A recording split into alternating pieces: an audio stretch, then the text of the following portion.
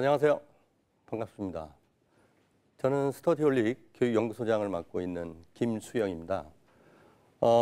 한영외고하고 한영고등학교에서 교직 생활을 하면서 15년 동안 아이들의 대입 진학 지도를 담당해 왔습니다. 그리고 그 다음에는 아발론 교육에서 녹지원을 만들고 특목고 입시 컨설팅을 지금까지 계속 해오고 있습니다. 아마 학부모님들, 여기 고3 학부모님도 분명히 계실 거고 학생도 있는 것 같아요. 아마 1, 2학년 학부모들도 계실 거고요. 수시 설명회 할 때는 제가 초중 학부모님들도 오시라고 했는데 이제 수시가 끝나고 정시가 이제 마무리 돼야 됩니다. 오늘 강의 제목이 아는 만큼 보이는 2015학년도 정시 전략. 이 즈음에 아이들한테, 학부모님들한테 이런 신신당부를 해요. 가, 나, 다, 라, 군에서 한 3개씩만 좀 뽑아와라. 이렇게 얘기를 하거든요.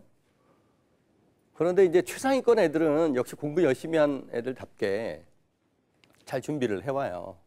그런데 최상위권 애들 중에서 이번에 수학이 쉬웠잖아요.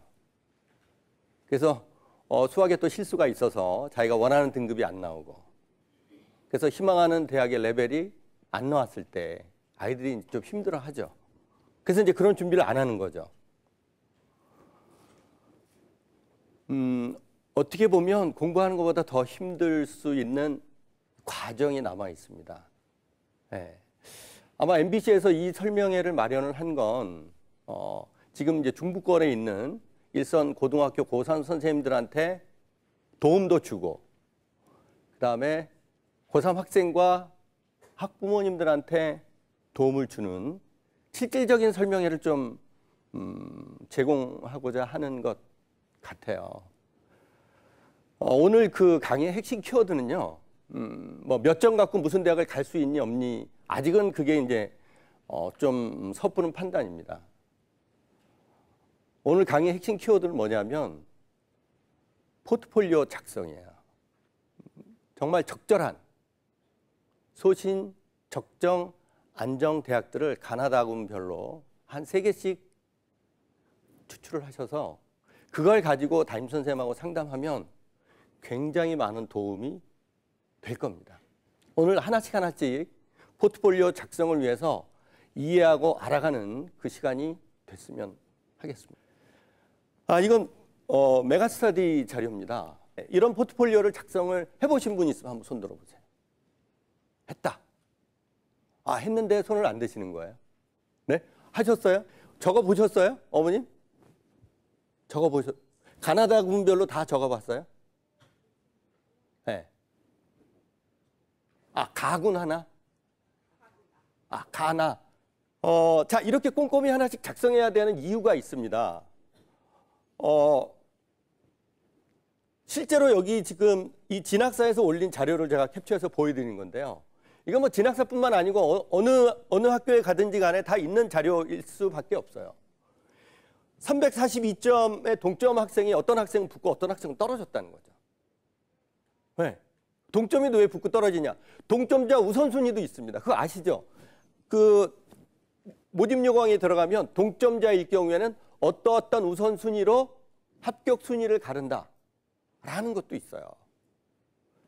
동점인데 떨어졌단 말이에요.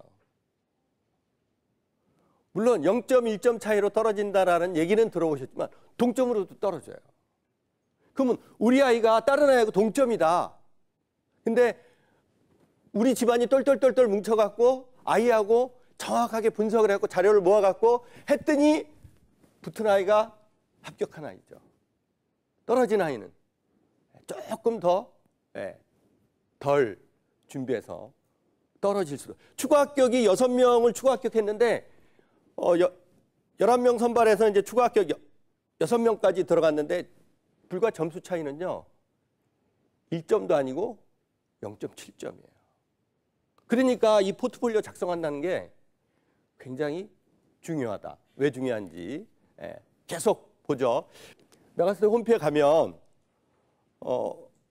여기 이제 뭐 설명회가 나와 있어요.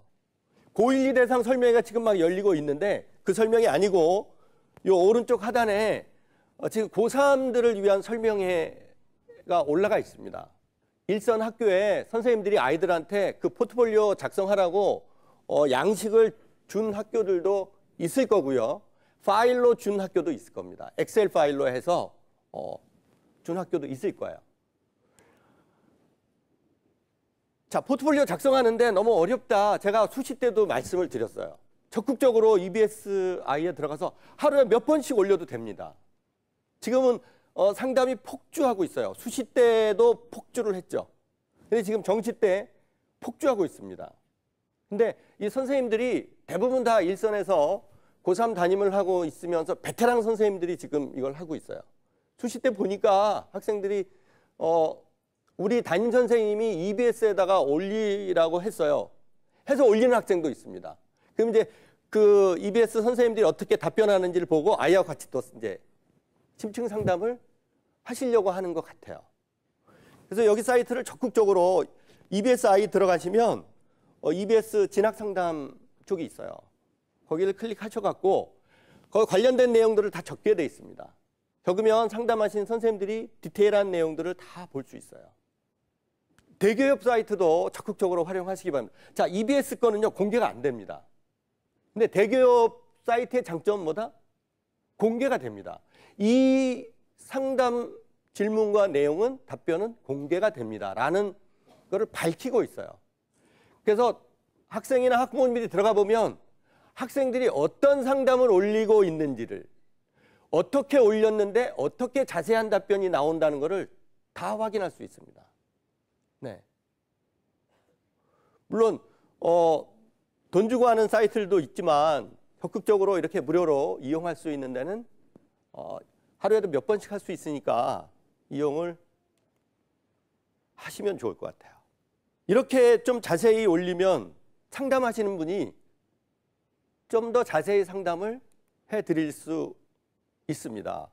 제가 상담을 해보면 너무 급한 학생들은 A4 용지로 한쪽 넘어가는 내용들을 올려갖고 정말 상담할 사람이 당황스러울 정도로 너무나 많은 내용을 담아요. 그러면 상담해주기가 되게 부담스러워요. 뭐부터 답변을 해줘야 될지.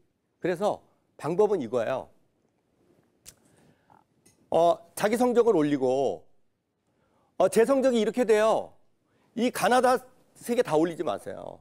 딱 가군의 적정, 소신, 적정, 안정 나름대로 이렇게 찝어갖고 가군의 3개를 추천해 주세요. 이렇게 올려도 됩니다.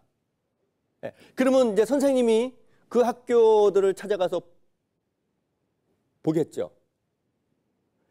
학교를 올리는 것도 괜찮고요. 학교를 3개 정도를 추천해 주세요.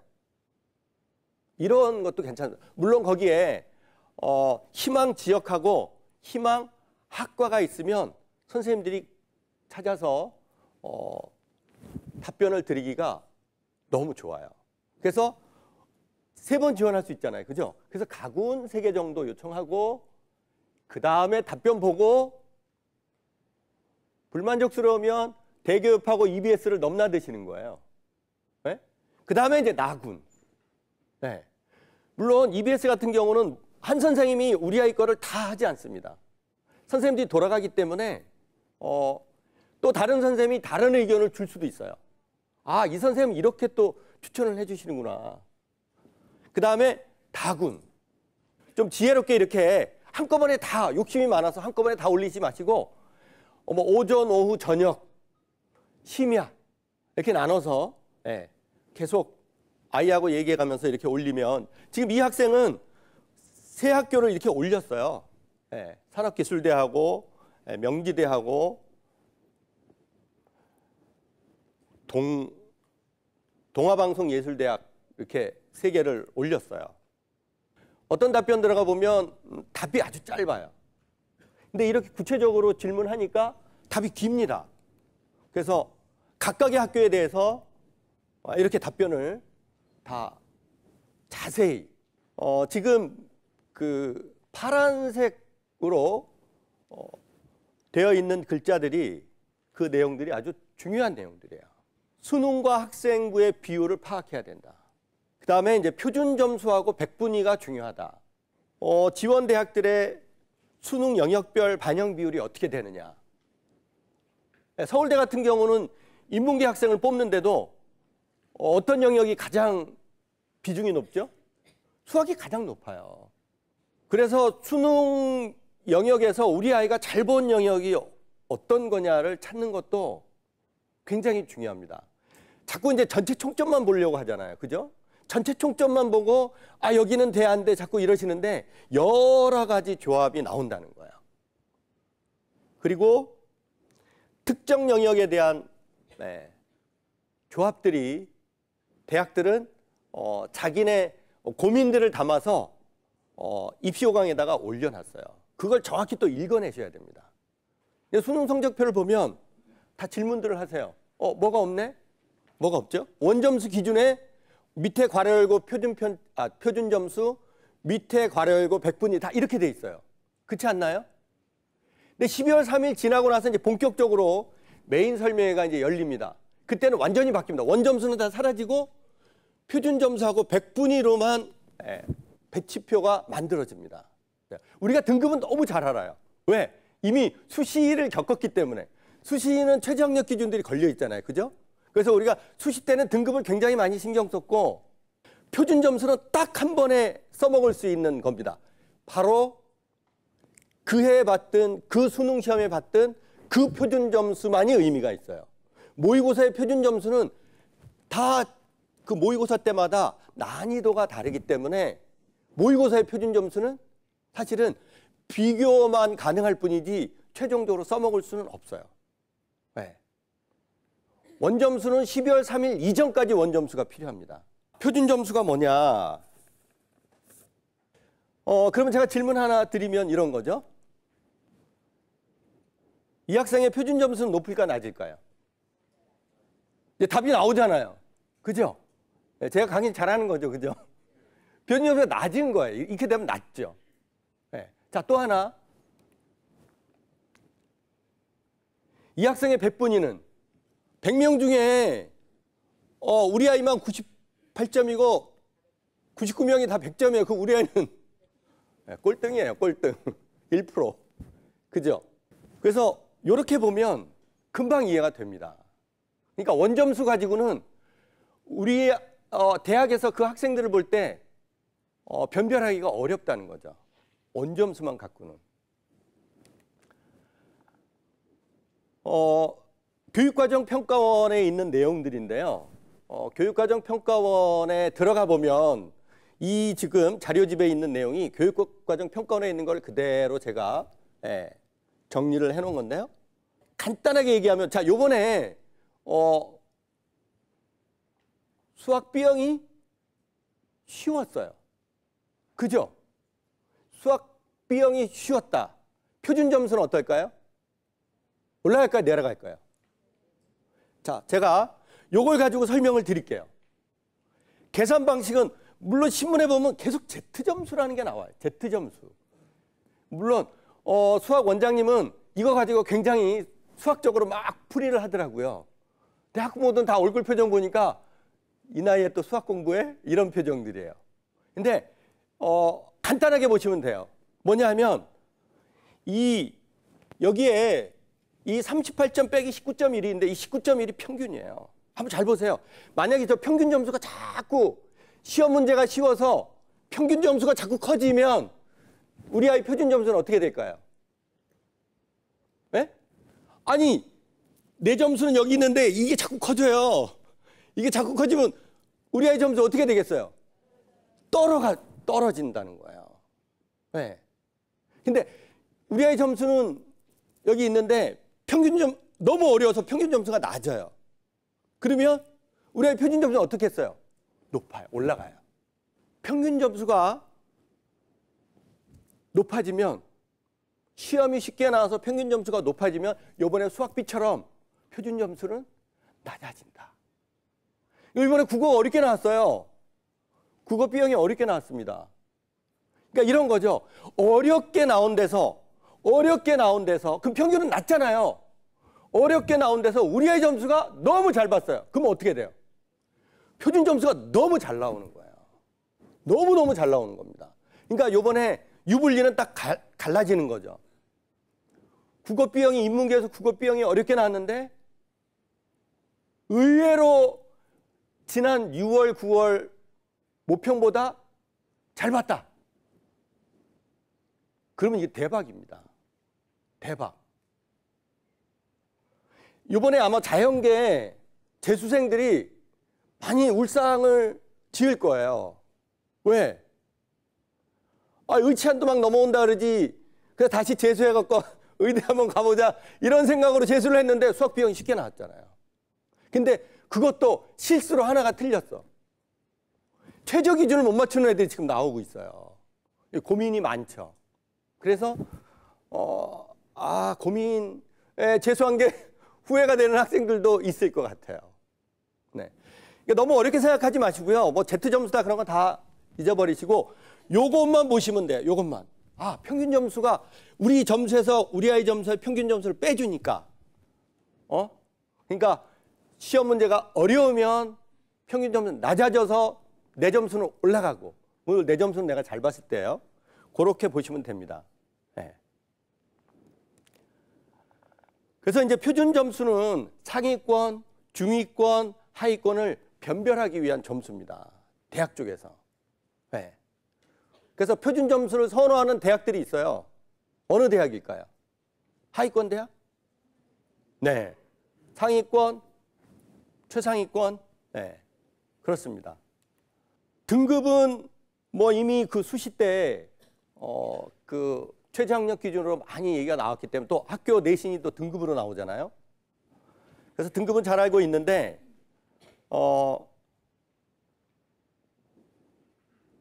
수능에서의 등급은 이런 부분이 있습니다. 100명 중에 100명이 봤는데 11명이 만점이에요. 네. 2등급이 몇 프로까지죠? 11%잖아요. 그렇죠? 근데 11명까지 만점이면 그 차점을 우리 아이가 99점 받았어요. 몇 등급 될까요? 3등급 된다는 거예요. 수능은 이게 있습니다. 네.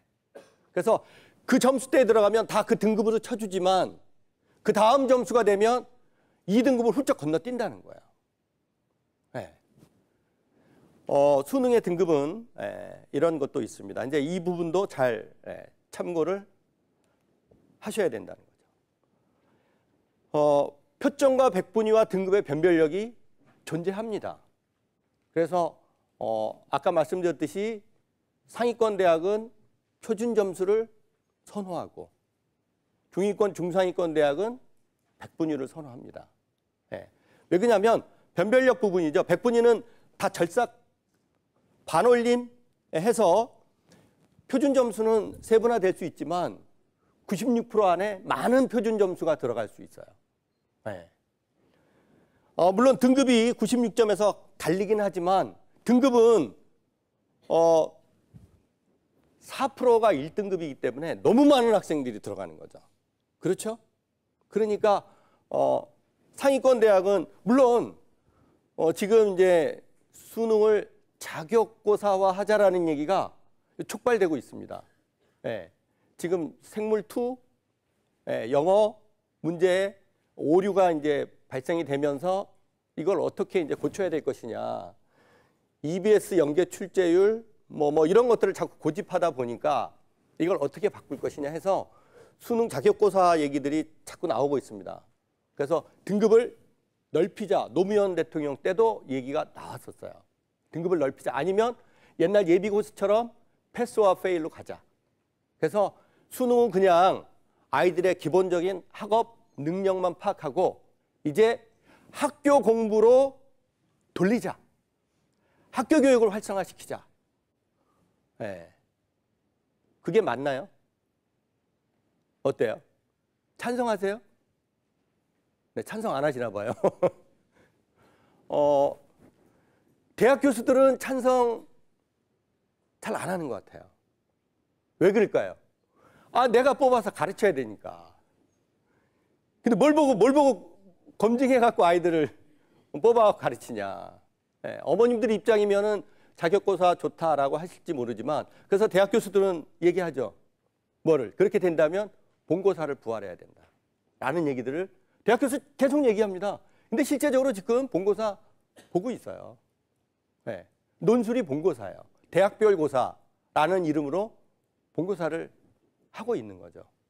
물론 서울대 구술 면접도 만만치는 않습니다. 그래서 대학들이 이제 표점, 백분위, 등급에 대한 분명한 변별력의 우선순위가 있어요.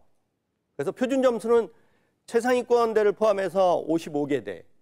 물론 여기에 최상위권대는 또 백분위를 활용한 변환 표준 점수라는 것을 또 뒤에 가서 얘기하겠지만 활용합니다. 그러니까 백분위는 상위권대를 포함해서 114개 대학. 그러니까 백분위는 중위권 대학에 탄탄하게 포진해 있습니다. 그래서 이쪽 지역에 지원하는 학생들은 상당히 전략을 잘 써야 된다. 배치 참고표를 적극적으로 활용을 해야 된다. 배치표는 설명회 가서 다 받으셨죠. 배치 참고표를 봐야지 정확히 전형 요소 방법이라든가 반영 지표라든가 비율이라든가 이런 것들을 보고 기준선을 잡을 수 있거든요. 근데 이게 메가스터디 자료인데 배치표는 50% 정도만 맞다니까 없어도 되잖아요. 근데 그렇지 않아요. 네. 그 이유가 이렇습니다. 그 이유는 배치표를 보면요, 굉장히 커요, 그죠? 그 크기는 옛날이나 지금이나 그 사이즈가 변하지 않더라고요. 많은 걸 담아야 되니까. 네. 물론 요새는 세상이 좋아져 갖고 선생님들이 다 엑셀표를 가지고 엑셀을 다 활용해서 조합을 해서 찾아내기가 너무 쉽게 돼 있어요. 네. 근데 일단 설명회에는 이 배치표들을 다 나눠줍니다. 근데 배치표가 어디가 중요하냐면 이 부분이 너무 중요하다라는 거예요. 이 부분이. 여기 있죠. 전형 요소 및 전형 방법. 네. 요약해서 다 집어넣었다는 거예요. 물론 모집 요강에 있는 거를 다 담을 수는 없죠. 담을 수는 없지만 핵심적인 부분을 담아놨다는 거예요. 그래서 이 부분을 정확히 파악하고 이해한 학부모들은 포트폴리오를 잘 짤 수 있습니다. 자, 그거를 이제 확대해서 보면 이래요. 이게 이제 인문계 거를 지금 제가 확대를 해놨는데요. 첫 번째가 전형 요소별 반영 비율이에요.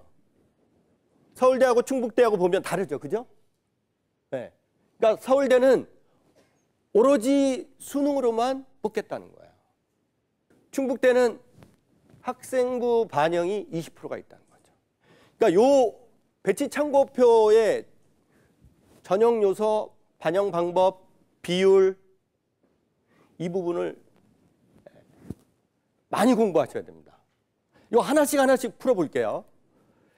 자, 배치 참고표 용어 이야기인데 전형 요소 자료집 16쪽 한번 보실래요? 16쪽 한번 보세요. 보니까 학교별로 카톨릭대 이제 맨 앞에 있으니까 가톨릭대 보면 그 맨 위에 신학과가 있어요. 국어피 30, 수학에 20, 영어 30, 탐구 20. 이렇게 나와 있죠. 자, 여기 요소별 반영 비율에 전형 요소 중에 수능만 있는 게 아니고 학생부도 들어가 있어요. 그리고 면접도 반영하기도 합니다. 그리고 적성을 사범대 같은 데는 적성 면접을 봐요. 적성 부분을 반영하기도 해요.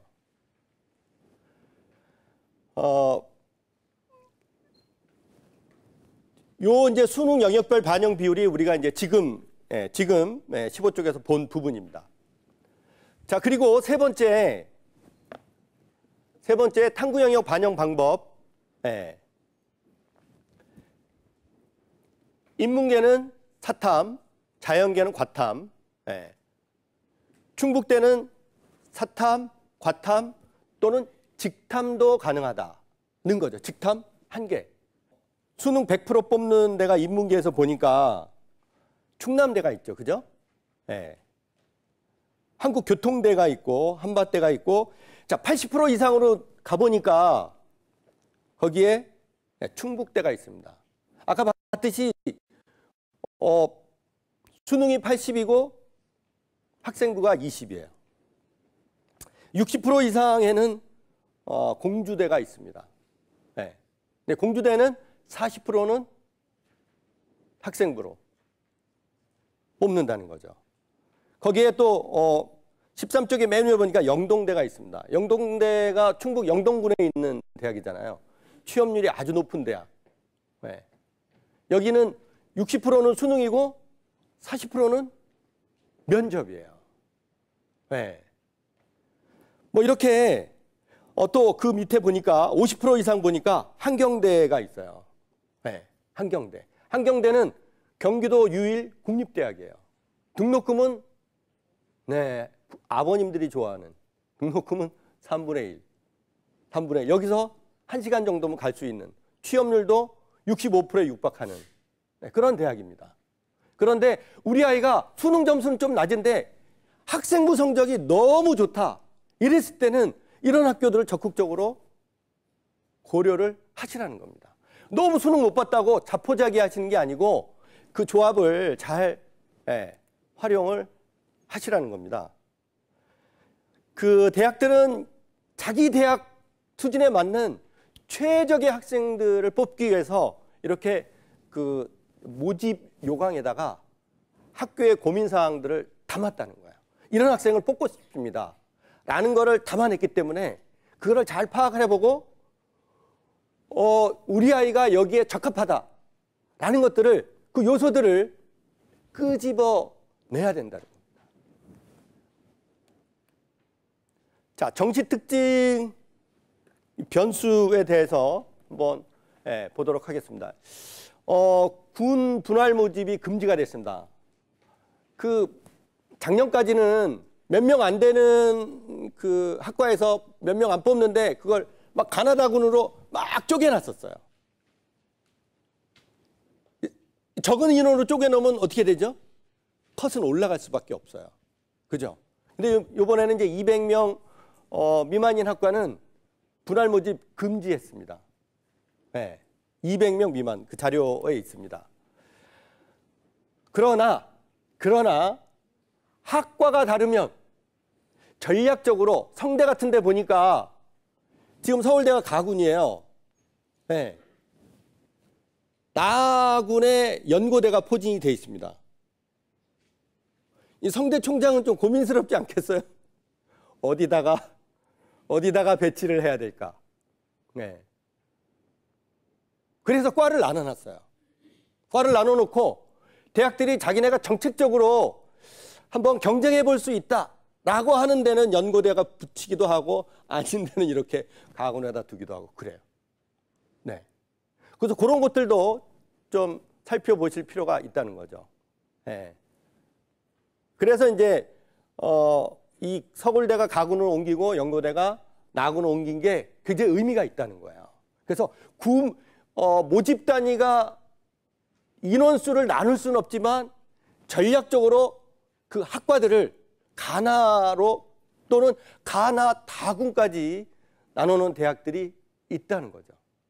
그런 것들도 좀 파악을 해보실 필요가 있고요. 3번은 이제 오늘의 이제 메인 부분이에요. 하나씩 여러 조항을 가지고 파악을 해볼 거고요. 수학 비용하고 과탐의 이제 가산점 부여. 아까 말씀드렸듯이 특정 과목에 가산점을 준다는 것은 상당한 영향력을 끼칩니다. 물론 자연계 상위권 대학들은 반드시 수학 B하고 과탐을 응시하라고 모집 요강에 나와 있어요. 사탐은 보니까 거의 그 원점수 뭐 1등급 대가 48점, 뭐 50점. 근데 과탐은 보니까 1등급 대가 45점대 포진이 돼 있어요. 물론 생투는 이제 하나 더 올라가니까 약간 점수가 올라가겠죠. 생투는 41점, 뭐 42점 뭐 이렇게 올라갈 것 같아요. 43점. 그러니까 과탐이 어렵게 출제가 됐어요. 그러니까 어려울수록 잘 본 학생들이 유리할 수밖에 없어요. 그래서 인문계에서는 국어가 어려워서 국어를 잘 본 학생이 유리하고, 자연계에서는 과탐이 어려워서 과탐을 잘 본 학생들이 유리하게 된 거죠. 자, 아까 재수생 얘기하면서 의치안 얘기했죠. 의치안의 인원들이 이제 서서히 2017년도가 되면 다 넘어옵니다. 그래서 의치안 인원들이 넘어오기 때문에 재수생들도 늘어나는 거예요. 그런데 그 재수생들이 이제 수학비에서 혜택을 못 받은 거죠. 네. 그래서 굉장히 혼선이 빚어질 것 같아요. 이게 수학비가 어려워야지 위에 상위권에 특히 의치안 같은 데가 학생들을 촘촘히 줄 세울 수 있는데, 이게 예상할 수 없을 정도의 엎치락 뒤치락 현상이, 거기에 인원이 넘어오니까 인원이 많아지면 당연히 합격선은 내려가죠. 그렇죠? 네, 그렇게 될 수밖에 없어요. 그런데 합격선이 내려가느냐 올라가느냐에서 수학비를 못 받는데 영어를 뭐 아주 또 잘 보고 또 국어를 잘 보고 과탐을 잘 보고 이런 학생들이 이제 엎치락 뒤치락 하다 보면 합격선이 굉장히 어려울 수 있다. 당연히 의치안이 넘어오면, 의치안뿐만 아니고요. 지금 의치안뿐만 아니고 특수 목적 대학이 있습니다. 뭐 카이스트라든가 포스텍이라든가 우니스트라든가 이거 다 합치면요 한 5천 명 됩니다. 서울대는 뭐 인문계 같은 경우는 서울대는 그 경영학과서부터 위에서 또 이렇게 숫자로 보면요 다 컷이 거의 결정이 돼요. 물론 이제 교육과정평가원에서 누적 분포수를 이제 발표를 안 하기 때문에 추정해서 가지만 대체적으로 다 모으면요 숫자가 나오거든요. 근데 인문계는 5천 명이 빠져나가니까 그 위에서부터 이제 서울대 공대서부터 튀어나가기 시작하죠. 그러니까 문이과 적성이 비슷한데 공부를 잘한다. 그러면 이과 쪽으로 잡으면 대학은 이제 좋은 대학을 갈 수 있는 확률이 높다. 포트폴리오 작성을 위해서 한번 달려가 보도록 하겠습니다. 자, 온라인 배치표로 자신의 정확한 위치를 파악해야 된다. 아까 이 말씀 드렸죠. 온라인 배치표, 그러니까 아까 메가스터디 자료에서는 50%만 맞다라고 얘기한 부분은 그런 어떤 가중치라든가 영역별 반영 비율이라든가 수능과 학생부의 조합이라든가 이런 거 고려하지 않고 짠 거예요. 물론 그것도 이제 고려가 되고 어느 정도 감안해서 짜긴 했지만 정확히 고려가 안 됐기 때문에 50%만 맞다라고 한 거죠. 온라인 부분에서 정확하게 점 몇몇 가지 점수가 다 나옵니다. 요건 이제 비상자료인데요. 학교하고 연계된 입시 컨설팅 회사들이 있습니다. 어머님도 혼자 고민하지 마시고 학생들도 적극적으로 담임선생님한테 가서, 담임선생님은 다 갖고 있습니다. 이거. 어떤 회사하고도 다 연계가 돼 있기도 하고요. 없으면 학교에서 자체적으로 개발한 것도 있어요. 학교가 이런 온라인 배치표를 활용하고 있다면 적극적으로 담임선생님하고 상담해서 이거를 활용을 하셔야 됩니다. 자, 수능과 학생부의 비율 파악입니다. 자, 사례를 한번 들어볼게요. 이거 작년 예인데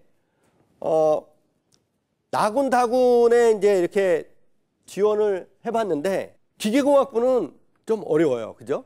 기계공학부는 어려운데 토목환경공학부는 가능해요. 그래서 최초 합격 이렇게 판정을 받는데, 다군에 가서 학생부로 뽑을 경우에는 다군이 이제 수능하고 학생부를 뽑는 거죠. 했더니 교과 성적이 주요 교과가 3.6등급 나왔어요. 그러니까 지금 국어하고 영어, 생투, 화원이죠. 2등급 나왔는데 주요 교과 3.6등급이죠. 그러니까 학생부 조합으로 들어가면 절대적으로 불리한 거죠.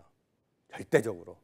그래서 학생부 점수가 변수로 작용을 한다는 거예요.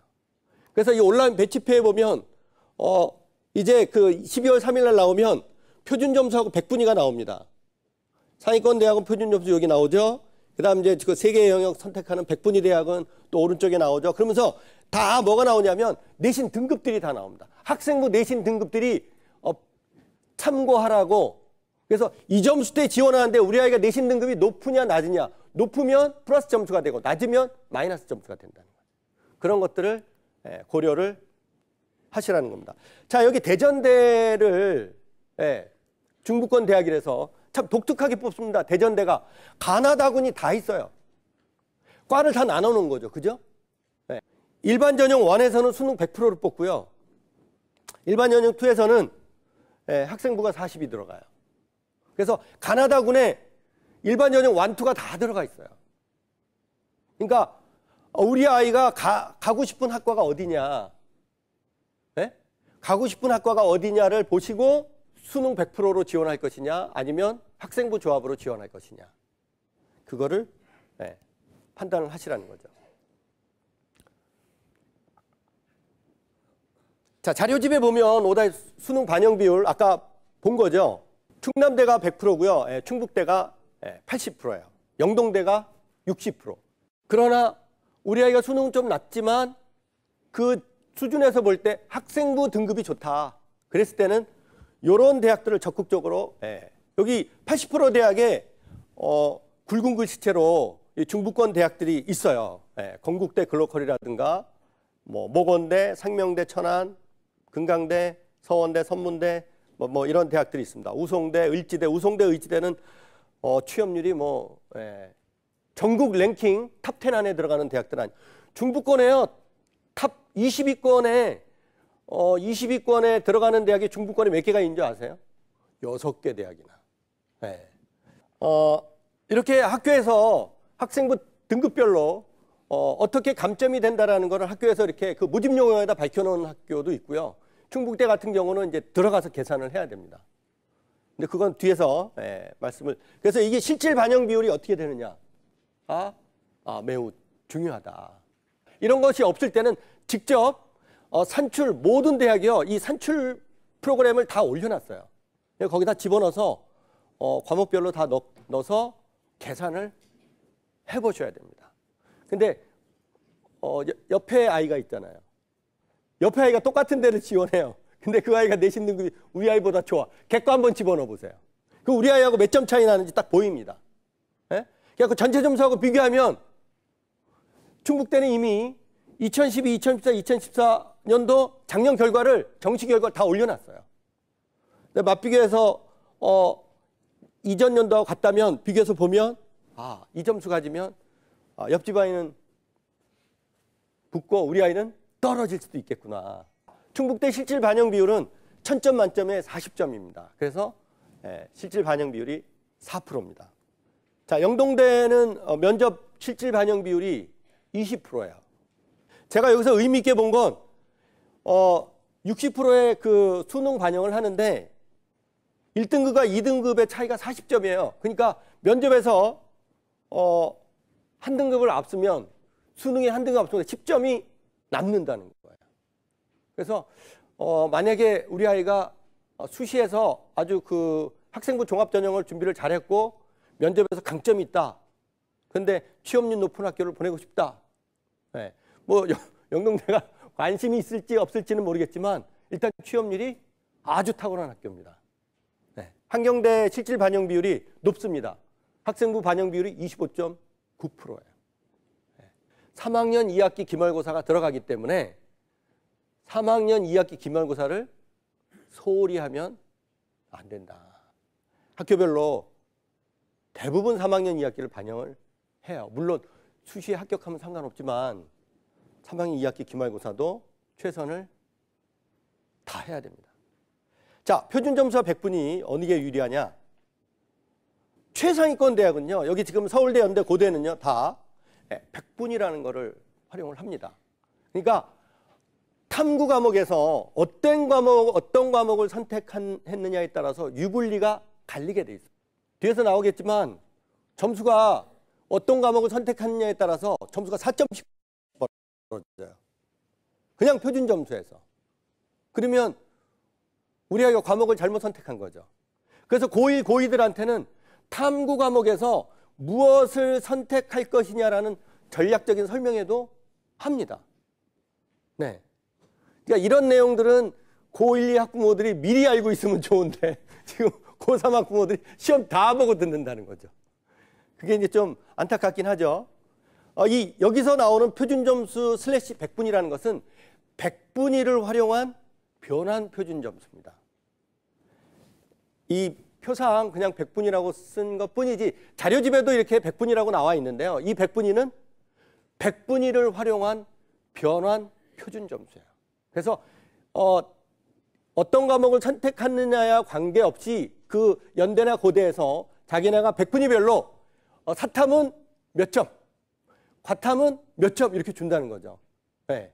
학교별로 다 그 계산을 해갖고 그 어떤 과목을 선택하느냐에 따라서 너무 불리하지 않게 그 점수를 부여한다는 거죠. 그러니까 너무 좋은 과목을 선택해서 점수가 너무 잘 나왔는데 너무 좋아할 필요도 없고 변환표준 점수 적용하는 그 탐구 과목 예를 드는 거예요. 너무 못 나왔다 그래서 표준 점수가 너무 낮다. 변환표준 점수를 활용하는 대학은 그렇게 불리하지 않다. 그 다음에 이제 아까 말씀드렸듯이 이제 그 55개 대학이 표준 점수를 반영을 합니다. 그리고 100분위. 대학의 레벨이 언뜻 보이실 거예요. 수능에서 반영 지표를 두는 것은 대학도 우리 학교에 맞는 학생, 최적의 학생을 뽑기 위해서 고민을 하고 있기 때문이라는 겁니다. 그래서 학부모님들도 적극적으로 모집 요강을 보고 우리 아이한테 맞는 최적의 조합이 뭔지를 찾아내서 포트폴리오를 작성을 하셔야 된다는 거죠. 반영 지표를 찾아본다면 이런 겁니다. 이제 이게요, 12월 3일 날 되면 신문에 이런 예가 계속 나올 겁니다. 눈여겨 한번 보세요. A, B 학생인데 표준 점수로 계산을 해보니까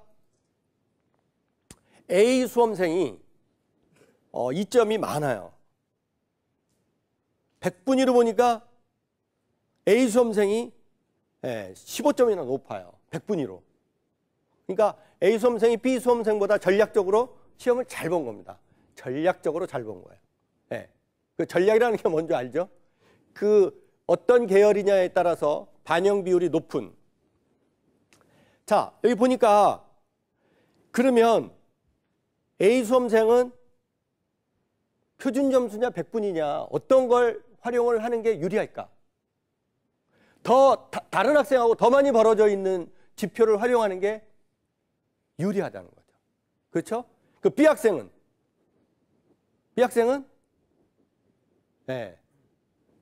100분위를 갖고 A 학생하고 붙었다가는 100점 100패예요. 그렇죠? 그러니까 B 학생은 표준 점수를 활용하는 대학들을 찾아봐야 된다. 자, 그 다음 수능 영역별 반영 비율을 보도록 하겠습니다. 자, 이것도 이제 진학사 사례인데요. 이거 작년 사례예요. 지금은 이제 이런 비율로 뽑는 대학은 없는 것 같아요. 그런데 사례가 좋아서 보여드리면 점수는 자 이제 이런 사례도 12월 3일 이후에 쏟아져 나올 겁니다. C 학생은 523점이고 D 학생은 519점이에요. 그러니까 수학 A를 본 거 보니까 이 학생은 인문계 학생이죠. 그죠? 인문계 학생들이에요. 당연히 인문계 학생이면 뭘 잘 봐야 되죠? 국어하고 영어를 잘 봐야 됩니다. 평균적으로 국어, 영어 반영 비율이 높아요. 그렇죠? 네. 그러니까 점수는 D 학생이 단순 합산 점수는 D 학생이 낮아요. 낮은데 환산 점수로 해보니까 그래서 이게 영역별 반영 비율이 당락을 가른다는 거죠.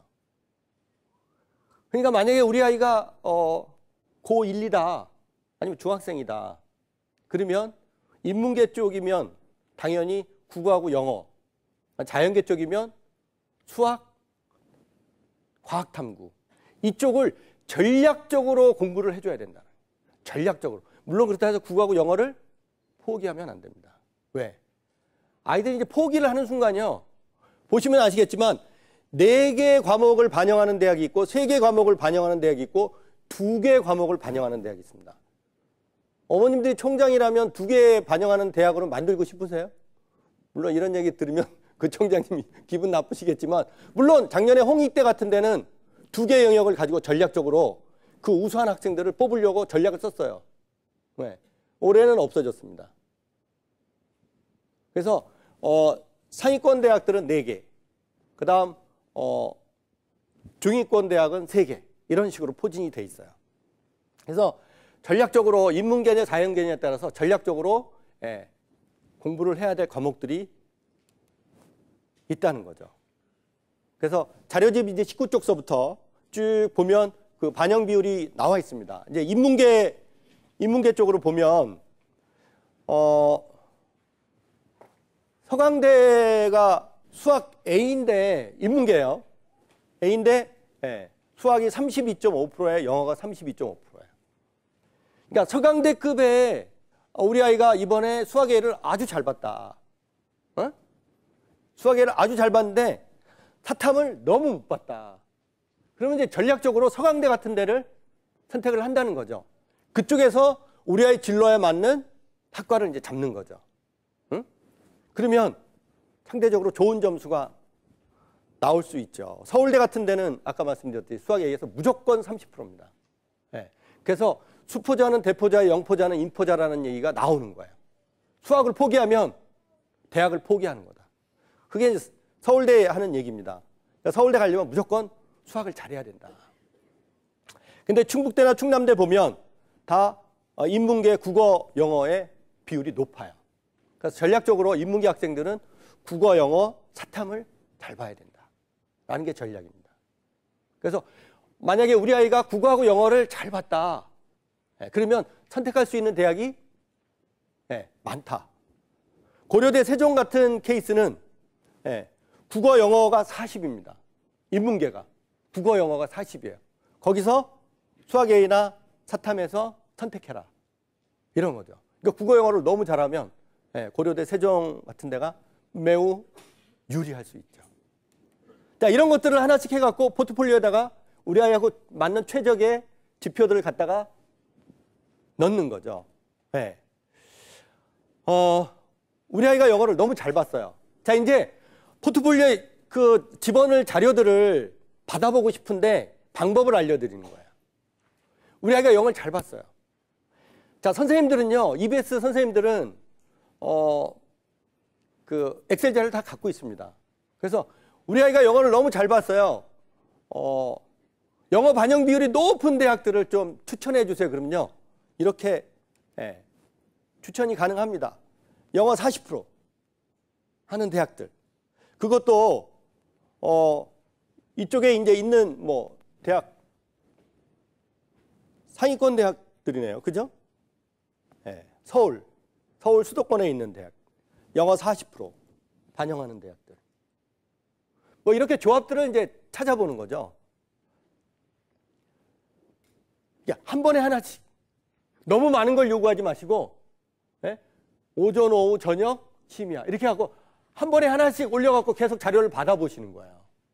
포트폴리오를 작성해, 배치표 보고 막 볼라는데 힘들잖아요. 하나씩 던져서, 그래서 받아서 정리를 해보는 거죠. 분석을 해보고. 이 선생님 왜 이렇게 줬을까? 그 실제적으로 이렇게 주면 이제 학교 홈페이지 들어가서 확인하면 되죠. 근데 홈페이지 들어가면 너무 대학들이 널려 있으니까 다 쳐야 되잖아요. 그러니까 대기업 들어가면 학교별로 다 클릭하면 다 뜹니다. 물론 뭐 메가스터디라든가 티침이라든가 이런 데 들어가면 학교 클릭만 하면 학교 홈페이지 다 뜨죠. 그렇게 해서 거기서 확인해 보면 됩니다. 실제적으로 최종적인 건요, 반드시 학교 홈페이지에 들어가서 모집 요강을 가지고 반드시 마지막 확인을 하셔야 됩니다. 그게 제일 중요합니다. 자, 우리 아이가 국어를 너무 잘 봤어. 그러면 국어를 많이 반영하는 대학들을 좀 추천해 주세요. 네, 이렇게 나오죠. 자, 이제 특정 영역 조합, 가산점 부분을, 자, 4개 보는 대학이 있다 그랬죠. 4개 보는 대학 3개 보는 대학, 2개 보는 대학. 이렇게 있습니다. 네. 그래서 4개 보는 대학은 주로 상위권 대학들이에요. 그래서 주로 표준 점수를 활용하죠. 3개의 영역은 주로 중위권 대학들. 주로 100분위를 활용합니다. 그 다음에 이 3개의 영역 하는 데는 조합이 다양합니다. 이렇게 조합이 다양해요. 국수탐, 국수형, 수형탐, 국형탐. 이렇게 다양해요. 우리 아이가 어떤 걸 잘 받느냐를 추출을 해서 이 대학들은 이제 참고로 하는 거죠. 이것도 EBS 상담에 올려볼 수 있습니다. 자, 이런 케이스예요. 요번 학생이에요. 올해 학생이 이제 상담을 올렸는데 점수가 이렇게 나왔어요.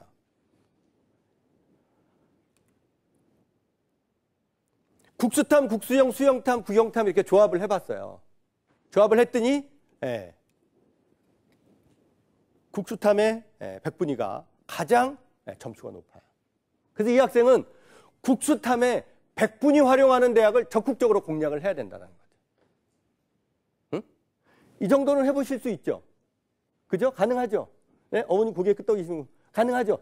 제가 하나씩 자세히 설명을 드리니까, 자, 여기에 이제 가중치까지 들어가면 점수가 더 벌어진다는 거죠. 네, 특정 과목 적용되기도 영향력이 더 커진다는 겁니다. 자, 이런 자료들은 대기업이 들어가면 여기 있습니다. 이렇게 중부권 파일을 올려놨어요. 클릭만 하면 다운받을 수 있습니다. 그래서 중부권 대학들을 검토해 보실 수 있다는 거죠. 탐구 영역 반영 방법. 자, 탐구 영역 선택에서 유불리가 있다 그랬죠. 여기 지금 점수 보니까 56점, 52점. 점수차가 4점이나 벌어져요. 근데 최상위권 대학들은 변환 표준 점수를 쓴다 그랬어요. 그래서 크게 불리하지 않다. 그런 말씀 드렸죠. 사회탐구 지정대학도 있고요. 과학탐구 지정대학도 있습니다. 일부 인문계열에서는 고대 가정교육이나 성신여대 일부 학과에서는 과탐을 지정 과목으로 하기도 합니다. 탐구에서 잘한 것 한 과목만 반영하는 대학도 있어요. 그래서 이런 대학들도 적극적으로 자료를 보시고 그런 학교들을 발굴을 해내셔야 돼요. 우리 아이하고 맞는 학교들을 찾아내셔라. 또 애들 중에는 뭐 한문을 잘하는 애라든가 또 일본어를 혼자서 독학해서 일본어를 봐고 일본어 성적이 좋은 애들이 있어요. 그런 애들은 탐구 과목하고 대체가 가능한 대학들이 있습니다. 그런 대학도 파악을 해보시는 게. 자, 이제 마무리인데요. 이제 충북대를 가지고 샘플로 한번 복습을 해보자는. 지금까지 쭉 했는데 이제 한 몇 분 안 남은 것 같은데, 자, 여긴 충북대 홈페이지입니다. 샘플이에요. 다른 대학도 마찬가지입니다. 이렇게 들어가서 모집 인원 이렇게 보니까 가군이에요. 그래서 가군. 그다음 이제 적는 거죠. 학과를 선택을 해요. 그래서 국문학과. 그래서 여기다 이제 국문학과를 적어보는 거예요. 그리고 입학 정원이 몇 명이냐? 그래서 입학 정원을 여기다 적는 거죠. 물론 이제 그 수시에서 넘어온 인원이 있습니다. 그 인원까지 나중에 옆에다 이제 또 적어줘야 돼요. 네. 자, 그 다음에 이제 전형 방법으로 넘어가는 거죠. 전형 방법으로 넘어가서, 자, 아까 그 반영 지표가 있었어요. 학생부하고 수능. 보니까 학생부 20, 수능 80. 그리고 수능 영역별 반영 비율 여기다 이제 적어보는 거죠. 이렇게 하나씩. 대학별로 희망대학들 이렇게 하나씩 적어보는 거예요. 여기에 이제 가산점이 있습니다. 가산점 충북대에 보면 가산점 계산 방식까지 여기다 다 해서 이랬을 경우에 18점이다. 그러니까 우리 아이 점수를 여기다가 예를 들어서 18점을 적어보는 거죠. 그리고 나서 입시 결과 홈페이지에서 입시 결과를 클릭할 수 있어요. 입시 결과로 들어가면 경쟁률이 나옵니다. 그래서 경쟁률을 여기다 이제 적어보는 거죠. 네. 그 다음에 추가 모집 해서 추가 합격자들 있죠. 그 추합에 대한 것도 여기다가 이제 적어보는 거예요. 자, 그리고 나서는 이제 뭐냐? 전년도 입시 결과예요. 충북대 오른쪽 홈페이지에 가면 입학처 홈페이지에 가면 있거든요. 이제 클릭하면 이 정시를 클릭합니다. 정시를 클릭하면 두 개가 떠요. 하나는 수능, 하나는 학생부. 그래서 수능 클릭하면 수능 성적이 뜨죠. 그래서 계산을 해갖고 수능 성적을 계산하고 그 다음에 1학년, 2, 3학년 학생부 성적을 그래서 내 점수를 여기다 적어보는 거예요. 자, 그리고 나면 궁금하죠. 이 성적이 도대체 작년 애들하고 어떤 차이가 날까? 그죠? 보통 선생님들은요, 대략 80% 선에서 봅니다. 작년 컷에 80% 선이면 한 적정? 그렇게 보는 거죠. 안정까지는 못 보고 적정 정도. 그래서 전년도 입시 결과를 클릭하면, 그래서 여기 정시 클릭하면요, 정말 깨알 같은 입시 결과가, 요새는 그렇게 입시 결과들 다 올려놨어요. 그래서 이거를 맛비교해서 보시면, 그래서 이렇게 찾아내서 포트폴리오를 만들어 갖고 상담하러 온 학부모하고 그렇지 않은 학부모하고 볼 때, 여기서 역지사지라는 얘기를 제가 아까 드렸죠. 만약에 여기 계신 어머님들이 고3 담입니다. 어떤 어머님들하고 상담하고 싶으세요? 어떤 어머님들 딱 만나면요, 손짓합니다. 아니, 이런 걸 어디서 찾으셨어요? 아니, 고민해보니까 이게 보이대요. 금맥을 찾은 거죠. 금맥을 찾아갖고 오시는 학부모님들이 있어요. 이거는 왜 이제 올려놨냐면요, 아이들이 이제 시험을 봤는데 예상외로 성적이 안 나왔어요. 그래서 이제 자포자기하고 있는데 이런 얘기를 하는 거죠. 혹시 너 예체능에 관심 없니? 근데 어떤 애들이 귀가 뜨이는 아이들이 있어요. 막 관심을 보이고. 그래서 뒤늦게 이제 자신의 재능을 발견. 아, 선생님, 제가 옛날에 이런 게 있었는데요. 이제 뭔가 이제 가능성을 찾아보는 거죠. 실기에 대한 부담이 없습니다. 그 자료집에 있죠? 뒤에. 실기 치른 학생보다 수능 및 학생부 성적이 당연히 높겠죠. 물론 이제 지원 전에 자신의 적성을 충분히 부모님하고 고려를 해보고 선택을 하는 게 필수입니다. 자, 엊그제 나온 뉴스입니다.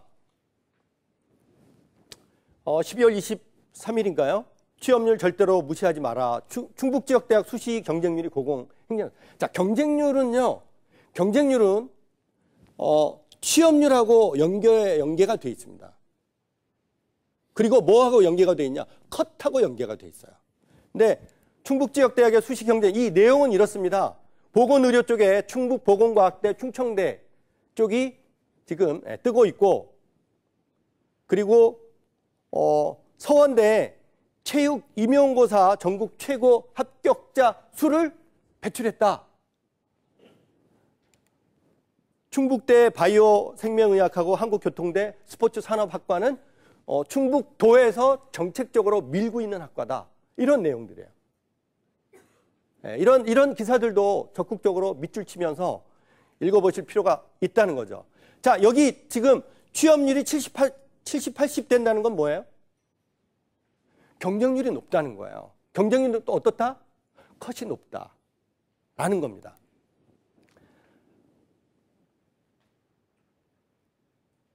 그래서 한번 그 자료를 파악을 해보시고, 학과는 학과별로 우리 아이의 진로를 좀 파악을 해보시고요. 이런 지혜가 있으시면 좋을 것 같아요. 가군에서는 대학, 나군에서는 학과. 이렇게 좀 제안을 하면 담임 선생님도 조금 여유가 있습니다. 아, 선생님, 특히 아버님들 오시면, 무조건 인서울, 가나다. 이러고 보면 담임 선생님도 되게 부담스러워요. 네. 담임 선생님한테 여유를 한 군만 주시면 좀 좋을 것 같아요. 전국 취업률 상위 20개 대학 중 충청권 대학이 6개나 있어요. 네. 적극적으로 검토를 해보시면 좋을 것 같고, 이건 대기업에 자주 올리는 질문인데요. 이 질문들은 군사 관련 학과, 간호학과, 보건계열, 전문대 간호학과, 이런 질문들이 계속 올라오는 이유는 뭐냐? 취업과 직결되어 있다는 거죠. 그래서 지금은 이제 취업을 무시할 수가 없어요. 네. 거기에 이제 10년 후 유망 직업들 해갖고 쭉 드러났는데요. 요거는 이제 좀 없으니까, 찍으시는 게 좋을 것 같아요. 근데 가천대에서부터 한국 외대까지 이런 학과들을 지금 소개를 했는데, 이 학과들이 연계되어 있는 것들이, 혜택들이 있습니다. 물론 직업과 연계되는 학과이기도 하지만 장학금, 기숙사, 취업 연계 프로그램, 해외 유학 프로그램 이런 것들이 이제 제공되는 학과들이에요. 그래서 대학에서 정책적으로 밀고 있으니까 수시 때는 한양대 다이아몬드 7 학과들이 떴습니다. 이런 학과들도 하나씩 학교 홈페이지에 들어가서 검토를 해보시면 좋을 것 같아요. 자, 제가 이제 마무리를 하는데요. 이제 잘 생각하셔야 될게요. what to do하고 how to do 얘기를 좀 드리고 끝내야 될 것 같아요. 뭐냐면, 이제 전략이 또 하나 필요합니다. 일단 대학부터 가고 보자. 자, 정시와 수시가 다른 건 그겁니다. 지금 서울대가 수시로 75%를 뽑고 그 기반은 전공적합성이에요. 아예 진로를 꿈과 끼를 기반으로 한 전공적합성인데, 자, 수시로 전공적합성을 찾아서 대학을 가나이 하고 진로와 관계없이 대학을 가나이 하고 결국은 대학교 4학년 졸업하고 취업 전선에서 같이 만난다는 거죠. 이번에 삼성이 SSAT에서 앞에 서류 심사를 한다 그랬어요. 근데 거기서 내세운 게 뭐죠? 자연계는 전공적합성, 인문계는 에세이예요. 에세이는 뭐죠? 내가 뭘 잘하고 있는지를 내 전공에 대해서 얼마만큼 자신 있는지를 에세이에다 써내라는 거예요. 다 전공적합성이에요. 그러니까 옛날에는 이 수시에 학생부 종합전형, 옛날로 얘기하면 입학사정관 전형이 비율이 크지 않을 때는 덜 문제가 됐어요. 그러나 이제 오늘 정시 설명회지만 정시 설명회에서 what to do를 생각하지 않고 대학의 레벨만 보고 대학을 선택해서 그 대학에 가서 문만 열고 닫고 나오는 식으로 공부하다가 대학을 졸업하면 취업하기 어렵습니다. 왜? 수시에서 들어온 애들하고 경쟁, 수시에서 전공적합성 들어오는 굉장히 공부를 열심히 한다는 거예요. 그건 교수들이 하는 얘기예요. 그러니까 학생부 종합전형으로 들어온 애들은 맨 앞줄에 앉는데요. 정시로 들어온 애들은 맨 뒤에 앉는데요. 그리고 딴 생각한대요. 교수가 누굴 이뻐하겠어요? 왜? 그래서 이제는 어떤 지혜가 필요하냐? 가군, 나군 중에 하나는 선생님, 그래도 대학은 뭐 이런 희망은 있잖아요. 그래도 대학은, 가군은 대학을 좀 생각하고요. 근데 나하고는 진로를 생각하고 싶어요. 그래서 나하고는 이쪽 진로로 선생님이 좀 맞는 쪽을 상담을 해주셨으면 좋을 것 같아요. 이런 지혜가 이제는 필요할 때입니다. 그리고 나서 이제 들어가면 그 다음 뭐예요? 애티튜드야. How to do. 무엇이든지 주어지면 나는 다 할 자신이 있다. 그래서 본인이 약간 비켜간 학과를 들어갔다고 할지라도 적극적으로 그 학과 공부하고 해서 취업을 하고 거기서 그 다음에 what to do를 또 생각해 볼 줄 아는 좀 현명하고 지혜로운 학생이 너무 또 이게 또 진로로만 가면 갈 데가 없어요. 그죠? 그래서 그런 가군 나군을 절묘하게 절충하는 그런 지혜가 필요하다고 생각합니다. 12월 3일 날 아무쪼록 그 좋은 점수가 나와서 거기에 맞는 최적의 포트폴리오를 작성을 하셔갖고 고3 담임 선생님하고 상담도 하시고 그 이전에 12월 3일 이전에 EBSI라든가 대기업에다가 하나씩 질문을 올리셔갖고요. 포트폴리오 작성할 수 있는 내용들을 하나씩 다 끄집어 내세요. 그리고 요강 가서 비교 분석해 보시고 여기에는 아버님들의 도움도 필요합니다. 아버님의 분석력, 윽박지르지 마시고 그 다음에 이제 어머님의 정보력, 아버님의 무관심 아닙니다. 아버님의 이제 분석력, 아버님의 참을성도 필요해요. 제가 아버님 상대로 아버님들 와갖고 화부터 내요. 도대체 뭐 했는지 그러시면 안 됩니다. 어차피 이미 다 결정 나왔을 때 최적의 조합을 뽑아내서 포트폴리오를 짜는 그런 지혜로운 시기가 됐으면 좋겠습니다.